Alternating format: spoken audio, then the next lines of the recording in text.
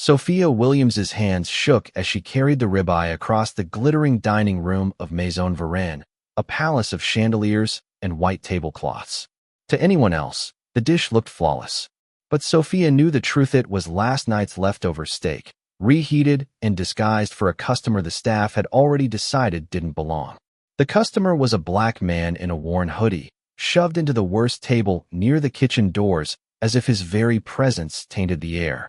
Sophia had heard the chef's laughter, the hostess's sneer, the whispered slurs disguised as etiquette. The words she had scribbled on a napkin and tucked into her apron pocket weighed heavier than the plate in her trembling hands.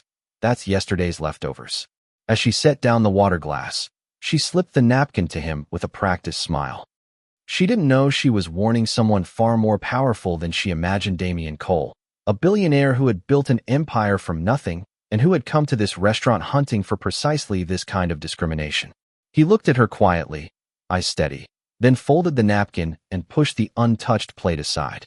When he left, he pressed 2 crisp bills into her hand. "Thank you for your honesty," he said softly, then louder.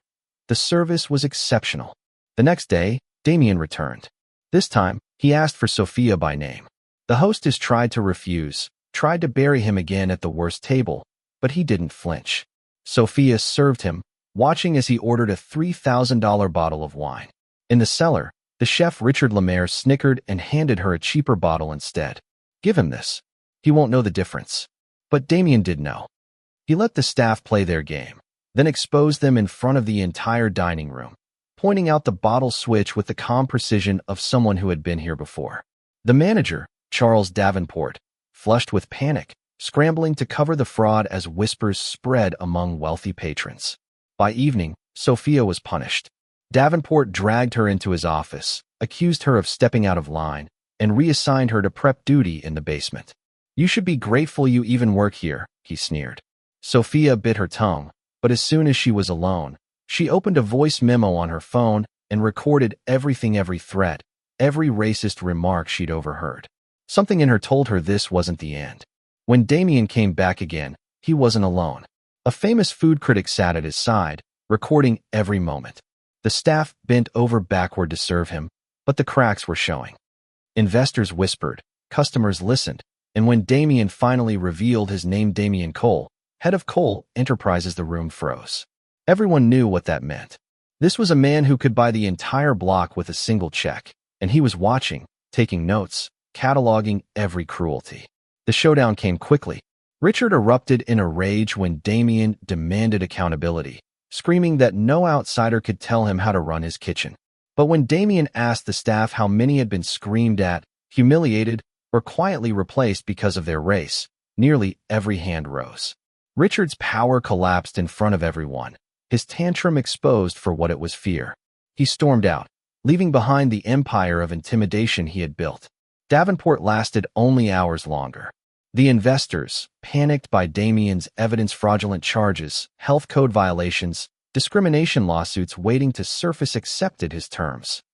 They forced out management, handed over control, and tried desperately to salvage their reputations.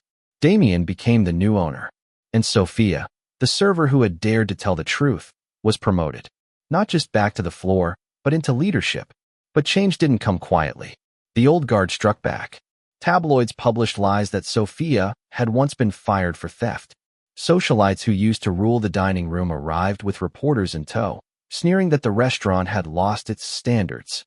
One in particular, Patricia Langford, wife of a hedge fund titan, slapped a tray of appetizers from Sophia's hands as cameras rolled, snarling that their kind had ruined the place. The video went viral, proof of the ugliness clinging to the industry. Through it all, Damien stood firm. He held press conferences with Sophia by his side, showing evidence that every smear was fabricated. He reminded the world that even if she had made mistakes, dignity was not a luxury that anyone should be denied. And the world listened. Protesters gathered outside in support. Former employees returned, tears in their eyes, saying they finally felt safe. The restaurant, once a shrine to exclusion, became a symbol of what the industry had long avoided confronting. The breaking point came during a high-stakes dinner for investors, critics, and executives. The dining room was filled not just with elite guests, but with families, couples, and people who had never before imagined they belonged in a place like this. Sophia moved among them, commanding the floor with quiet authority. Every dish was flawless, every guest treated with equal respect. When Patricia and her clique tried to crash the evening, Sophia met them at the door with a simple smile. "Everyone is welcome here," she said. Patricia turned red, sputtered about class, then stormed away. The cameras caught it all the moment the old order lost its grip. By midnight, critics were calling it the most important restaurant night of the decade. Sterling and Company, one of the nation's largest dining groups, announced a partnership to spread Damien and Sophia's model to hundreds of restaurants. Investors who once dismissed her now raised their glasses in her honor. And Damien, in front of the staff and cameras, made it official. Sophia Williams was no longer just an employee. She was his partner, with full ownership stake and authority to shape the future. It had all begun with a napkin. One small note slipped across a table that said what no one else dared. "That's yesterday's leftovers." That moment of courage toppled an empire of cruelty and built something new in its place. Some guests whispered that fine dining had lost its exclusivity. Others said it had finally found its soul.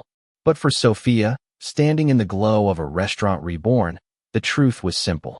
Respect should never be negotiable. Dignity should never depend on what you wear, the color of your skin, or the size of your bank account. And courage, one act of it called change everything.